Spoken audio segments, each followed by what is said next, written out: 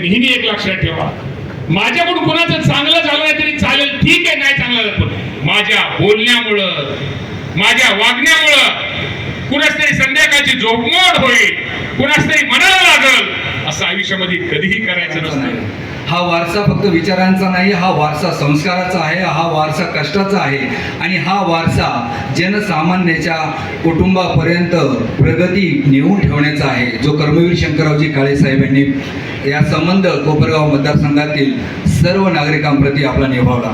खरं तर आदरणीय दादांनी आपल्या महाराष्ट्र राज्याचे कृषी मंत्री यांचे आभार मानले की कमीत कमी वेळामध्ये जास्तीत जास्त चांगला पाठपुरावा कसा करावा हे आदरणीय दादा त्यांच्याकडनं शिकले.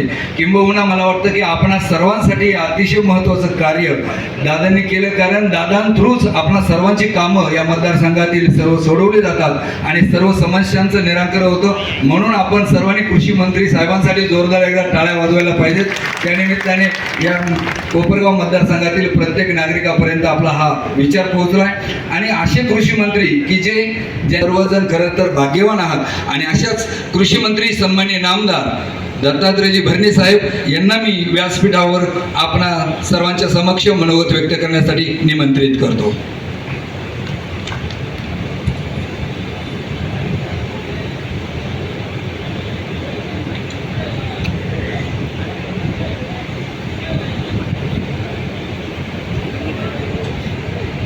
आज आपल्या तालुक्यामध्ये जे कर्मवीर शंकररावजी काळे साहेबांच्या 13व्या पुण्यस्मरण निमित्त कर्मवीर कृषी महोत्सव आज आपल्या कारखान्यावरती आयोजित केलेला आहे. ज्यांनी या कार्यक्रमाचे अध्यक्ष, आपले सर्वांचे मार्गदर्शक, या तालुक्याचे माजी आमदार आणि कारखान्याचे ज्येष्ठ संचालक आदरणीय अशोकदादा काळे साहेब, ज्यांनी हा कार्यक्रम आयोजित केला, ते आपल्या सर्वांचे लाडके आमदार आशुतोष भैया, आशुतोष दादा मला वाटतं म्हणतात, आशुतोष दादा काळे,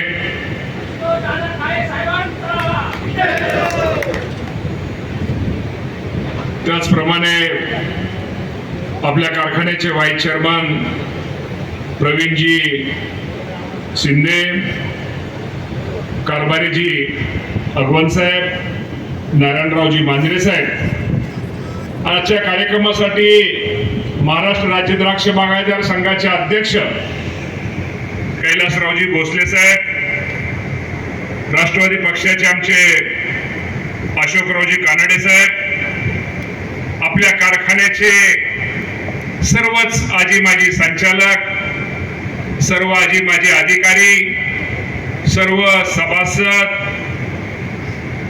आशुतोष भैया मित्रमंडळाचे सर्व पदाधिकारी आणि आजच्या या कृषी महोत्सव संयोजन समितीचे सगळे पदाधिकारी, पत्रकार, मीडियाचे प्रतिनिधी, सर्व शेतकरी बांधव, सर्व स्टॉल धारक, बंधू आणि भगिनींनो, आज खरं तर मी आज आपल्या कोपरगाव मध्ये आपल्या या कारखान्याच्या स्थळी आज या महोत्सवाचं आयोजन आशुतोष भैया आणि त्यांच्या सर्व सहकार्याने आयोजित केलं. त्याबद्दल माझ्या सर्व कारखान्याच्या सर्व पदाधिकाऱ्यांचे आभार मानतो. अनेका चांगल्या कार्यक्रमाला अतुशय दादांनी मला इथं बोलवलं, त्याबद्दल मी आशुतोष दादाचं आभार मानतो. खरं तर शेतकरी बांधवांना आपल्या सगळ्यांना माहित आहे, शेवटी आपण सर्वजण शेतकरी आहोत आणि शेतकरी आपली एक जात आहे. त्यामुळे निश्चित प्रकारे आपण जी शेती करतो आणि शेती करताना ज्या आपण जुन्या पद्धतीने शेती करतो, त्यामध्ये आता या शेतीमध्ये नवीन तंत्रज्ञानाचा वापर करून त्यामध्ये अधिक कसं आपल्याला उत्पादन घेता येईल आणि त्यामध्ये चांगल्या प्रकारचं कसं उत्पन्न मिळेल यासाठी आपण सर्वांनी बंधूंनो कुठेतरी आता शेतकऱ्यांनी हे नवीन तंत्रज्ञान आत्मसात केलं पाहिजे. मी आशुतोष भाईंचं भाषण बारकाईने ऐकत होतो आणि निश्चित प्रकारे या शेतकऱ्यांसाठी एक राज्याचा कृषी मंत्री म्हणून या राज्याचे मुख्यमंत्री देवेंद्र फडणवीस साहेब असतील, एकनाथजी शिंदे साहेब असतील, अजितदादा पवार साहेब असतील, या सर्वांनी माझ्यासारख्या कार्यकर्त्याला एक राज्याचं कृषी मंत्री म्हणून काम करण्याची संधी दिलेली आहे. मला माहित आहे शेवटी हे पद काय आपल्याला शो करण्यासाठी किंवा कुठेतरी मागं पुढं बॉडीगार्ड फिरवण्यासाठी नाहीये. शेवटी काम करताना त्या पदाचा उपयोग माझ्या सर्वसामान्य शेतकऱ्यासाठी किती होतो, कुठला या शेतकऱ्यासाठी निर्णय घेणं हिताचं आहे की कुठले निर्णय घेतल्यानंतर माझ्या शेतकरी बांधवांना त्याचा निश्चित प्रकार योग्य तो लाभ मिळणार आहे. त्याच्या शेतामध्ये जो माझा शेतकरी जो शेतामध्ये पीक येतो त्या पिकाला एक चांगल्या प्रकारचं त्यामध्ये कसं उत्पादन होईल आणि उत्पादनाबरोबर चांगलं त्याला कसं उत्पन्न मिळेल ही आमची सर्वांची एक भावना आहे. आणि एक राज्याचा कृषी मंत्री म्हणून ती जबाबदारी पार पाडताना निश्चित प्रकारे माझ्यासारखा कार्यकर्ता येणाऱ्या काळामध्ये या कृषी विभागाच्या माध्यमातून माझ्या शेतकऱ्याला अधिकचा अधिक कसा न्याय देता येईल हा माझा प्रयत्न हा भविष्यामध्ये राहणार आहे. मी पण बंधूंनो शेतकरी आहे, मी शेतकऱ्याचा मुलगा आहे. मला माहित आहे ठीक आहे माझी शेती बरी आहे, माझ्या घरचं माझ्या बाकीच्या गोष्टी बऱ्या आहेत, पण आजही शेतकऱ्याचा मुलगा असल्यानंतर मी लहानपणी ज्या वेळेस मी शेतामध्ये जात होतो आणि शेतामध्ये जात असताना एखादा गडी आपल्या उसामध्ये धडीवर वाफेवरती पाणी लावलेलं असतं आणि त्याचा जेवणाचा टायमिंग असतो, लाईट कधी जाईल आणि कधी येईल आणि ते परत वाफा तो भिजल किंवा ते बेनं वाळल ही काळजी असल्यामुळे मी तुम्हाला प्रामाणिकपणे सांगतो त्या गड्याच्या जेवणाच्या सोयीसाठी मी सुद्धा एक असा शेतकरी आहे, मी सुद्धा ते उसाचं बेनं त्या वाफेत दाबलेला हा कार्यकर्ता हा शेतकरी तुमच्या समोर उभा आहे. आमचे द्राक्ष बागायतदार संघाचे इथं अध्यक्ष इथं हजर आहेत. माझ्या जन्माच्या अगोदर माझ्या घरी द्राक्षाची बाग होती. त्या द्राक्षाच्या बागामध्ये आज ठीक आहे आता नवीन तंत्र आपण औषध फवारणीचे आज नवीन ते आहेत, परंतु पूर्वी अध्यक्ष पायानी पंपाने औषध पहिलं मारायचं आणि त्यावेळेस सुद्धा आम्ही ज्यावेळेस त्या गड्याचा डबा द्यायला जायचो किंवा गड्याच्या भाकरी त्याला जेवायला सोडायचो, परत ते औषध जास्तीत जास्त होण्यासाठी ज्यावेळेस तो गडी जेवायला बसायचा त्यावेळेस त्या पायाचं जे औषध पायाने मारणं आशुतोष भाई दादा त्या औषधाच्या ह्याच्यावरती त्याला काय म्हणतो काय म्हणायचं गटूर है ना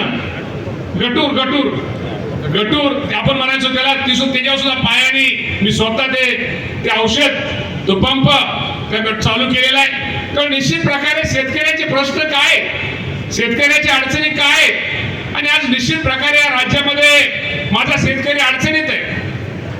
शेतकरी तुम्ही आज पाहता की पाऊस पडतोय पण एकाच दिवशी पाऊस पडतोय, तो वर्ष एवढा एका दिवशी पाऊस पडतोय, त्यामुळं नदी नाल्याला पूर येतोय, शेतकऱ्याचं नुकसान होतंय, जमीन खरडून जाते, घरामध्ये पाणी जातंय, शेतामध्ये पाणी जातंय, पीक हातातोंडाशी आलेला घास जो माझा शेतकरी जे शेतामध्ये एखादं पीक येतो एखादी फळबाग येतो त्याच्यावरती अनेक स्वप्न रंगवत असतो की हे फळ आल्यानंतर हे पीक आल्यानंतर मी माझं काहीतरी घरामध्ये माझं नवीन घर बांधेल, नवीन मोटर घेईल, नवीन एखादं रान ओढल, नवीन एखादं कुठेतरी शेतीमध्ये सुधारणा करल, एखाद्या घरामध्ये मुलाचं लग्नाचा विषय असेल किंवा बाकीच्या गोष्टी त्याने अनेक स्वप्न रंगवलेली असतात. परंतु अशा अवकाळी पावसामुळं माझ्या शेतकऱ्याच्या स्वप्नाचा चक्काचूर होतोय हे पण मी माझ्या डोळ्याने आज पाहतोय. शेवटी शेतकऱ्याचं सांगायचं तात्पर्य शेतकऱ्याचं दुःख काय, शेतकऱ्याची अडचणी काय काय आमच्यासारख्याला माहिती असल्यामुळे निश्चित प्रकारे भविष्य काळामध्ये माझ्या शेतकरी बांधवासाठी कुठले निर्णय घेणं गरजेचं आहे, कुठले निर्णय घेतल्यानंतर त्याचं हित जास्त साधल किंवा त्याचा जास्त लाभ कसा मिळेल हा प्रयत्न भविष्यामध्ये आमच्या सारख्या कार्यकर्त्याचा मुख्यमंत्री दोन्ही उपमुख्यमंत्र्यांच्या सहकार्यामुळे मार्गदर्शनामुळे आम्ही तो भविष्यामध्ये करणार आहे. आज मी तुम्हाला सांगतो आपण पाहिलं आज आपल्याला माहिती आहे की कृषी यांत्रिकरणाची योजना होती. पूर्वी लकी ड्रॉच्या सिस्टीम नव्हतं, आपण डायरेक्ट आता फर्स्ट पहिल्यांदा ज्यांनी केलं आपण त्याला दिलं. मला इथं सगळे शेतकरी उपस्थित आहेत, इथं पत्रकार बांधवपर्यंत उपस्थित. मला फक्त करा आता जी यांत्रिकरणाची योजना झाली त्यामध्ये ट्रॅक्टर असतील, कुणाचे रोटावेटर असतील किंवा अनेक जे अवजार असतील त्यामध्ये फक्त मला हात वरून करून सांगा त्यामध्ये कोणाकोणाला लाभ झाला, फक्त यांत्रिकीकरणाचा लाभ कोणाकोणाला झाला. एक एक झाला का तीन तीन झाला? आता तुम्ही सांगा हे पूर्वी होतं का? की शेवटी हे किती दिवस आपण ड्रीपच्या बाबतीमध्ये, सबसिडीच्या बाबतीमध्ये, तुम्ही तर तुमचा कारखाना, तुमचा चेअरमन तर लय हुशार आहे. अशोक दादा तुम्ही त्याला खूप हुशार केले. तुम्ही तर कारखाना ड्रीपला परत 100 रुपये एक्स्ट्रा देतो वाटतं. त्याला मला वाटतं एक्स्ट्रा असं मला माहिती असं आहे की मला वाटतं असं की खरंच आमच्याकडे असं कोणी ड्रीपला वगैरे कोणी पैसे देत नाही, पण तुम्ही अगोदरच मी शासनाच्या योजनेच्या योजनेच्या अगोदरच तुमचा कारखाना हा सभासदाला मदत करतोय. हे निश्चित प्रकारे कुठेतरी एक त्याचा एक आदर्श इतर कारखान्यांनी घेण्यासारखा आहे. तुम्हा सर्वांना माहिती आहे की या नगर जिल्ह्यामध्ये अहिल्यानगर आपल्या जिल्ह्यामध्ये शेतकऱ्यांचं खूप मोठ्या प्रमाणामध्ये नुकसान हे साधारणतः सप्टेंबर महिन्यामध्ये झालं. आज मी कर्डिले साहेबांची आठवण आज सांगतो की कैलासवासी आज कर्डिले साहेब जरी आपल्यात राहिले नसले तरी त्या दुष्काळात म्हणजे तुम्ही अहिल्यानगरची नेते माणसाची वेगळ्या की या आजारी असताना सुद्धा कर्डिले साहेब त्या ज्या भागामध्ये दौरा करताना स्वतः ते आजारी असताना सुद्धा त्या शेतकऱ्यांचं जी अडचण आहे त्यांचं दुःख पोचण्यासाठी, दुःख दूर करण्यासाठी स्वतः कर्डिले साहेब माझ्याबरोबर तिथं फिरले. आणि निश्चित प्रकारे शेवटी आम्ही सर्वांनी त्या बाबतीमध्ये निश्चित प्रकारे शेतकऱ्यांना जेवढी मदत करता येईल तेवढा करण्याचा प्रयत्न केला. राज्याचे मुख्यमंत्री, दोन्ही उपमुख्यमंत्र्यांनी या ज्या अतिवृष्टी भागामध्ये झाले त्या भागामध्ये निश्चित प्रकारे 31,600 कोटी रुपयाची मदत ही राज्य सरकारच्या वतीने दिली. आपल्या जिल्ह्याचा जर विचार केला तर साधारणतः आपल्या जिल्ह्यामध्ये 6,26,000 हेक्टर हे क्षेत्र अतिवृष्टीमुळे बाधित झालं आणि 8 लाख शेतकऱ्याला त्याचा फटका हा बसला. परंतु शेवटी सरकारची एक मदत आहे की अडचणीत आलेल्या शेतकऱ्याला मदत केली पाहिजे. मी मदत केली म्हणण्यापेक्षा सहकार्य केलं पाहिजे, त्याला परत उभा केलं पाहिजे. यासाठी राज्य सरकारच्या वतीनं साधारणतः आम्ही एनडीआरएफच्या निकषानुसार पहिल्यांदा 880 कोटी रुपये आणि त्यानंतर रब्बी हंगामाचं काल आपल्याला जी आर आपल्याला माहिती आहे 626 कोटी, साधारणतः अहिल्यानगर जिल्ह्यासाठी 1506 कोटी रुपये आतापर्यंतचे जी आर हे शासनाच्या वतीनं आपल्यासाठी बंधून शेतकऱ्यांना मदत करण्यासाठी निघालेले. लवकरच त्याचं काय कोणाचं वाटप राहिलं तर राहिलेत. आणि अजूनही काही गोष्टीमध्ये द्राक्ष बागायतदार संघाच्या लोकांनी मला इथं सांगितलं की आमच्याकडे काही पंचनामे अजून राहिलेले आहेत. आताच मी कृषी अधिकाऱ्यांना सांगितलेलं आहे. शेवटी आचारसंहिता सुरू असल्यामुळे काही गोष्टीमध्ये मला काय बोलता यायचं नाही, परंतु निश्चित प्रकारे ज्यांचं पंचनामे राहिलेत ते पंचनामे ताबडतोब द्राक्षाचे ते पूर्ण करून माझ्या त्या शेतकरी बांधवाला कशी मदत करण्याचा तो प्रयत्न आपण सर्वांनी केला पाहिजे. कारण का द्राक्ष पीक असे की जरी आपल्याला दिसलं नाही, एकदा छाटणी केल्यानंतर घड जरी आपल्याला दिसले, परंतु खाली पाऊस झाल्यामुळं ते घड जिरण्याचं प्रमाण भोसलेसाहेब ज्यादा आहे. त्यामुळे शेतकरी तो द्राक्ष बागायतदार शेतकरी पण निश्चित प्रकारे अडचणीत आहे. त्या अडचणीतल्या शेतकऱ्याला आपण निश्चित प्रकारे आपल्या सर्वांना मदत ही करायची आहे. मला आपल्याला एकच सगळ्यांना सांगायचंय की कृषी विभागाच्या माध्यमातून केंद्र सरकारच्या, राज्य सरकारच्या अनेक योजना आहेत. त्या योजनेच्या माध्यमातून आम्हाला एकच तुम्हाला सर्वांना सांगायचं की त्या योजनेमध्ये तुम्ही सहभाग नोंदवून, त्या योजनेमध्ये भाग घेऊन, त्या योजनेचा जास्तीत जास्त फायदा घेऊन आपल्या शेतीमध्ये तुम्हाला कसा उपयोग करता येईल त्यामध्ये सर्वांनी निश्चित प्रकारे करावा. मी आज सगळं जास्त तुम्हाला काय सांगून ही करणार नाही, कारण का तुम्ही अहिल्यानगरचे शेतकरी तुम्ही हुशार आहात, तुम्ही खूप जुना आहात. तुमचा भाग हा जुना भाग आहे. आम्ही कोपरगाव, राहुरी म्हटल्यानंतर आम्ही आमच्या लहानपणी आम्हाला एक वेगळं ही माणसं आणि तुम्हाला एक दुसरं की तुम्ही किती जरी मोठे चांगले शेतकरी असला, आम्ही आमच्या कॉलेज जीवनामध्ये पुण्याला शाळा शिकायला होतो. अनेक या भागातली मुलं विद्यार्थी आमच्याबरोबर कॉलेजला होते, खूप मोठ्या मोठ्या घरातले होते.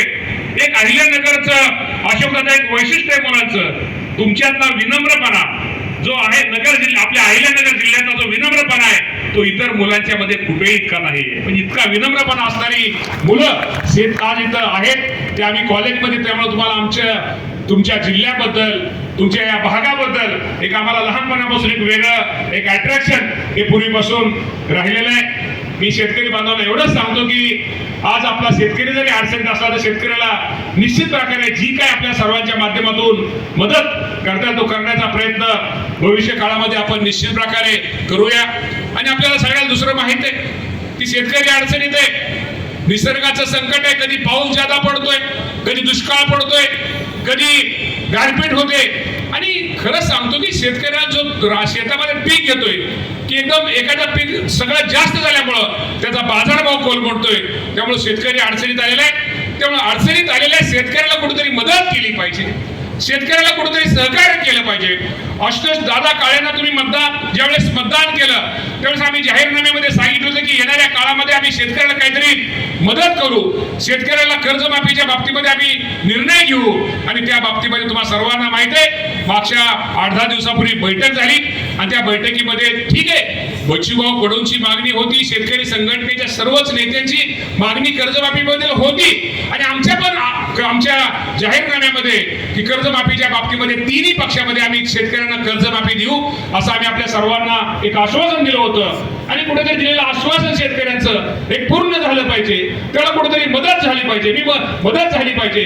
तो माझ्या अडचणीत आलेल्या शेतकऱ्याला पुन्हा त्याला कसं त्यामध्ये एक कुठेतरी काहीतरी आर्थिकच्या बाबतीमध्ये झालं पाहिजे, यासाठी राज्य सरकारने खूप महत्वाचा निर्णय राज्याचे मुख्यमंत्री आणि दोन्ही उपमुख्यमंत्र्यांनी घेतला.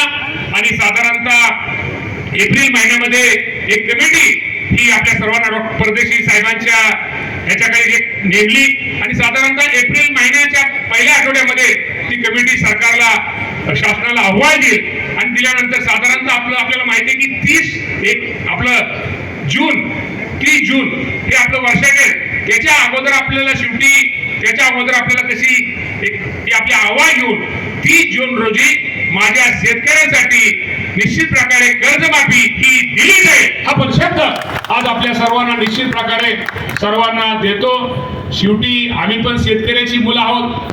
आज माझ्यासारखा कार्यकर्ता मगाशी आशुतोष यांनी सांगितलं 22व्या वर्षी कारखाने छत्रपती कारखान्याचा संचालक झाला, त्याच कारखान्याचा चेअरमन झाला, जिल्हा बँकेचा संचालक झाला, त्या जिल्हा बँकेचा चेअरमन झाला, जिल्हा परिषदेचा सदस्य झाला, त्या जिल्हा परिषदेचा अध्यक्ष झाला, आमदार झाला, राज्यमंत्री झाला, आमदार झाला, क्रीडा मंत्री झाला, आमदार झाला, कृषी मंत्री झाला.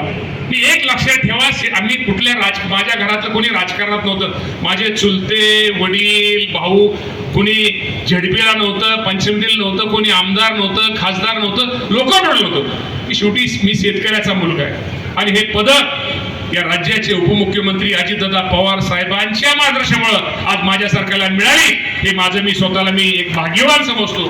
आणि सगळी ही पदही शेतीच्या निगडीत आहे. आज बँकेचे आशुतोष दादा संचालक आहेत, जिल्हा बँक आमची पुण्याची तुमची पण मोठी बँक आहे. मी तुम्हाला आशुतोष दादा सांगतो की जिल्हा बँकेमध्ये मी पहिल्यांदा 96 साली मी पण 25-26 वर्षी संचालक झालो.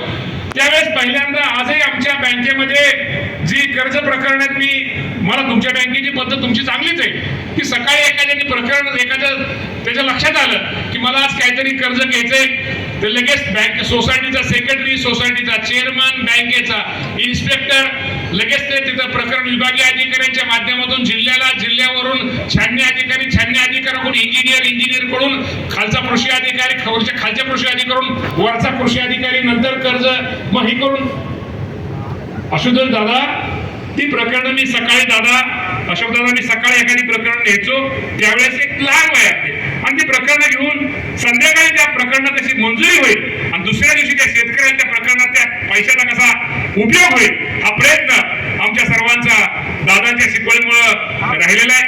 त्यामुळे निश्चित प्रकारे तुमच्या सगळ्यांचं शेतकऱ्यांचं दुःख हे आमच्या सरकारला माहित आहे. आज तुम्ही खरंच नशिबान आहात. मी तुम्हाला कोपरगाव तालुक्यातल्या सगळ्या माझ्या नागरिकांना मी तुम्हाला एवढं सांगतो की तुम्ही नशिबान यासाठी आहात, तुम्ही भाग्यवान यासाठी आहात की आशुतोष दादा सारखा लोकप्रतिनिधी आमदार तुम्हा सर्वांना मिळाला. मी 2019 साली मी त्यांना आशुतोष दादाची मी काम करण्याची पद्धत बघितली. हा माणूस असा आहे की एखादं काम असल्यानंतर चिकाटी एखाद्याची किती असते की एखाद्याचं फाईल मी तुम्हाला प्रामाणिकपणे सांगतो या आशुतोष दादाची चिकाटी मंत्र्याबरोबर तर आहेच, पण मंत्र्यानंतर त्यांचे PS असतील, PA असतील, ते पण राहू द्या. हे बाबूजी ज्या विभागाचं काम आहे त्या विभागाच्या तिथल्या ACS असेल, तिथल्या सेक्रेटरी दर्जाचा अधिकारी असेल, त्यांच्याकडे सुद्धा जाणार ते राहू द्या. पण तुमच्यासाठी, तुमच्या सर्वांसाठी त्या सेक्रेटरीच्या किंवा त्या खालच्या एखाद्या विभागाचं काम असेल त्याच्या क्लार्क समोर उभा राहून तुमचं काम करणारा कुठला आमदार असेल तर तो आशुतोष दादा काळे आहे. खूप चिकाटीचं आहे, खूप कामं खूप, आणि अजितदादा पवार साहेबांचा लाडका आमदार आहे. अजितदादा पवार साहेब हा मी दादांकडे गेल्यानंतर दादाच्या कानाला लागल्याशिवाय आणि ते काम करून घेतल्याशिवाय हा बाबू काय उठत नाही. आणि इतका हुशार आहे मी आज सांगतो प्रामाणिकपणे, नवीन आमदारांना एवढं शक्य नव्हतं पूर्वी, पण हा नवीन आमदार मागच्या वेळेस असताना सुद्धा राज्याच्या कुठल्या तुमचा पीएम म्हणून हुशार असेल बा कोणतरी, तो राज्याच्या कुठल्या योजना आहेत, कुठल्या स्कीम आहेत, केंद्र सरकारच्या कुठल्या योजनेत, एडीपी. आज तुमच्या मी त्या रस्त्याने आलो, मला वाटतं तो एडीपी मध्येच आहे बरोबर, एडीपी मध्येच रस्ता आहे तुमचा. एडीपी मध्ये किती काय टाकता येईल, कॅम्प मध्ये काय टाकता येईल, नाबार्ड मध्ये काय टाकता येईल, 25% मध्ये काय टाकता येईल. मी गंमत सांगतो, योजना मंजूर व्हायच्या अगोदर, शासन योजना मंजूर जाहीर करायच्या अगोदर या तुमच्या आशुतोष दादाची यादी तयार असते. इतकं बारीक मी तुम्हाला खरं सांगतो, इतकं मी अशी माणसं तुम्हाला सोपं नाही आहे की तुमच्या भागामध्ये आता जी पूर्वीचं तुमचा तालुका, मी तुम्हाला कमी लेखत नाही ना तर म्हणसाल माझं काय करताय तुम्ही आमदार होता म्हणून, मी विरोधातले आमदार होते. नाही बरं, तुम्ही म्हणसाल की मामा ते मला आमदार माझं काय होईल, पण मी खरं सांगतो तुम्हाला की काम करण्याची पद्धत आशुतोष दादाची खूप वेगळी आहे, एक त्याची चिकाटी आहे आणि तुमच्या सर्वांविषयी त्याचं एक वेगळं प्रेम आहे, जिव्हाळा आहे. त्याला वाटतं जे काय काम आहे राज्याच्या योजना माझ्या कोपरगाव तालुक्यामध्ये कशा मिळायला पाहिजे, सर्वसामान्य माणसाला कशा मिळाल्या पाहिजे, गोरगरीब माणसाला कशा मिळाल्या पाहिजे, मागासवर्गीय सामाजिक न्यायाचा निधी माझ्या मागासवर्गीय समाजामध्ये कसा आला पाहिजे, माझ्या अल्पसंख्याक समाजाचा निधी माझ्या मुस्लिम बांधवांना कसा मिळाला पाहिजे, ही तळमळ असताना तुमचा आमदार आहे. त्या आमदारासाठी त्याचा टाळ्या जोरात वाजवण्याचा असा माणूस तुम्हाला सर्वांना मिळालेला आहे बाबा. आज मी तुम्हाला प्रामाणिकपणे सांगतो, मला माहित नाही तुमच्या अल्पसंख्याक समाजाच्या बाबतीत सुद्धा एक चांगल्या प्रकारचं निधी आणण्याचं काम आशुतोष दादांनी केलेलं आहे. मागासवर्गीय समाजासाठी सुद्धा, मागासवर्गीय आमच्या बंधूंसाठी सुद्धा सामाजिक न्याय विभागाची कुठलीही योजना असू द्या, कुठलीही स्कीम असू द्या, 25-15ची असू द्या, तुमच्या तांडावस्तीची असू द्या, की सांगायचं तात्पर्य एवढंच की कुठल्याही गोष्टीमध्ये एक तुमचं बारीक लक्ष असताना आमदार शेवटी कुठली गोष्ट, मला आजही सांगतो, आता ते दिवस गेले राजे राजवाड्याचे, शेवटी माणसाने स्वतः जाऊन स्वतः काम करणं, स्वतः उभा राहून. मी आज मंत्री आहे, मला सुद्धा वाटतं, पण शेवटी मंत्री जरी असलो तरी ज्या लोकांमुळं आपण मोठे, ज्या लोकांनी आपल्याला आशीर्वाद दिले संकटाच्या काळामध्ये, दुःखाच्या काळामध्ये, अडचणीच्या काळामध्ये, ज्या माणसांनी आपल्याला मदत केली, त्या माणसाचं काम करणं, त्याला सहकार्य करणं आमचं सगळ्यांचं कर्तव्य असतं. ते कर्तव्य आशुतोष दादा तू पार पाडतोय, त्याचा निश्चित प्रकारे अशोक दादा आम्हाला त्याच्याबद्दल एक अभिमान आहे.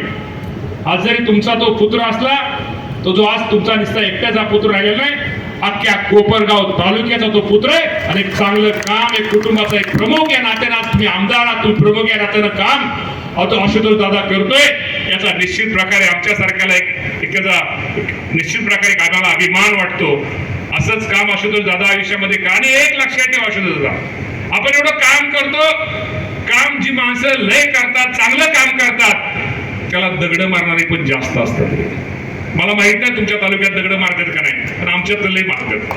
मी सांगतो, दगड मारणार म्हणजे लोकांची चूक नाही रे, हे निसर्गाचा नियम आहे की शेवटी दोन झाड, एक झाड आणि दुसरं झाड आहे, एका झाडाला फळ नाही, एका झाडाला फळ आहे. लोक कुठल्या झाडाला दगड मारते, लोक ज्याला फळ आहे त्याला दगड मारतील. त्यामुळे तो आयुष्यामध्ये तो असलेलं एक काय हे चालतं रे आयुष्यामध्ये, संसारामध्ये. मी तुम्हाला नेहमी आयुष्यामध्ये नेहमी म्हणतो, हे जग, हे युग, हे स्पर्धेचं युग आहे. या स्पर्धेच्या युगामध्ये प्रत्येकाला तकतक आहे, धगधग आहे, सुख आहे, दुःख आहे. प्रत्येकाला वाटतं माझ्याच वाटेल आहे का, ह्याचं लय बरं, त्याचं लय बरं आहे, त्याचं लय चांगलं आहे. तुम्हाला वाटेल असेल काय मंत्र्याचा रुबाब आहे, आला मंत्री जोरात, गाड्या, पोलीस. आता माझं मलाच माहिती ते दिसतं तसं नसतं, म्हणून जग काय नाही सगळ्याचं सारखं आहे. आपण म्हणायचं माझंच लय चांगलंय. त्यामुळे आयुष्यामध्ये मी हे पण सांगतो, मला आयुष्यामध्ये हे जीवन खूप सुंदर आहे. या सुंदर जीवनामध्ये आयुष्य जगताना नेहमी लक्षात ठेवा, जगताना, बोलताना, वागताना आपल्यामुळं पुढच्या माणसाला कसा आनंद मिळेल. आनंद द्यायचा असतो आणि आनंद घ्यायचा असतो. आनंद जेवढा आपण पुढच्या माणसाला देऊ, तोच आनंद उलटा 10 पट आपल्याला आपल्या कुटुंबाला मिळाल्याशिवाय राहत नाही. त्यामुळे आनंद द्या आणि आनंद घ्या. एक लक्षात ठेवा, माझ्याकडून कुणाचं चांगलं झालं नाही तरी चालेल, ठीक आहे, नाही चांगलं झालं, पण माझ्या बोलण्यामुळं, माझ्या वागण्यामुळं कुणाच तरी संध्याकाळची झोपमोड होईल, कुणाच तरी मनाला लागल असं आयुष्यामध्ये कधीही करायचं नसतं. कार्यक्रमाच्या निमित्तानं, आमच्या कर्मवीर कृषी महोत्सवाच्या निमित्तानं माझ्या शेतकरी बांधवांना सांगतो, आणि शेतकरी बांधवांना एक विनंती करायची आहे की मला शेती परवडत नाही, शेतीत काय मिळत नाही, हे पहिलं डोक्यातनं विचार काढा. हो, मी शेती करणार, शेतीमध्ये चांगल्या प्रकारचं मी उत्पादन घेणार, चांगली पिकं घेणार, ठीक आहे, अडचणी आहेत, त्रास आहे, संकट आहे, पण यातनं खचायचं नसतं. अशा अनेक अतिवृष्टी आपल्या भागामध्ये पाठीमागं शेतकऱ्याला अनेक अडचणी आल्या, यातनं आमचा शेतकरी हारला नाही, शेतकरी माझा उभाच राहिलाय.